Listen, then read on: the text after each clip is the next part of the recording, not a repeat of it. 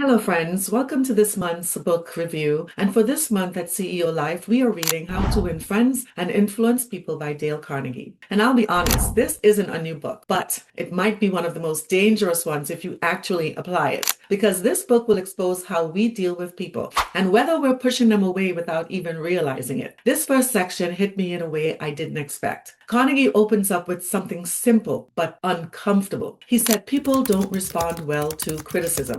And if you think about it, neither do we. He basically says when you criticize someone, you don't change them, you make them defend themselves. And that made me pause because in business and even in life, it's easy to feel like correcting people is helping them, but it's not always helping. Sometimes it's just hurting the relationship. So instead of criticizing, he talks about understanding. And I had to check myself and ask, am I trying to be right or am I trying to be effective? Because those are not the same things. Then he goes into appreciation. No, not fake compliments, real appreciation. And let me tell you where this hit home for me. In this business, we're constantly talking to people, clients, agents, prospects, and sometimes we get so focused on the outcome, we forget the person. So I started doing something small. Instead of jumping straight into business, I slowed it down and noticed people more. I say something simple like, hey, I appreciate you taking the time today. And you know what happened? Walls came down because people don't resist you when they feel respected. And that's when I realized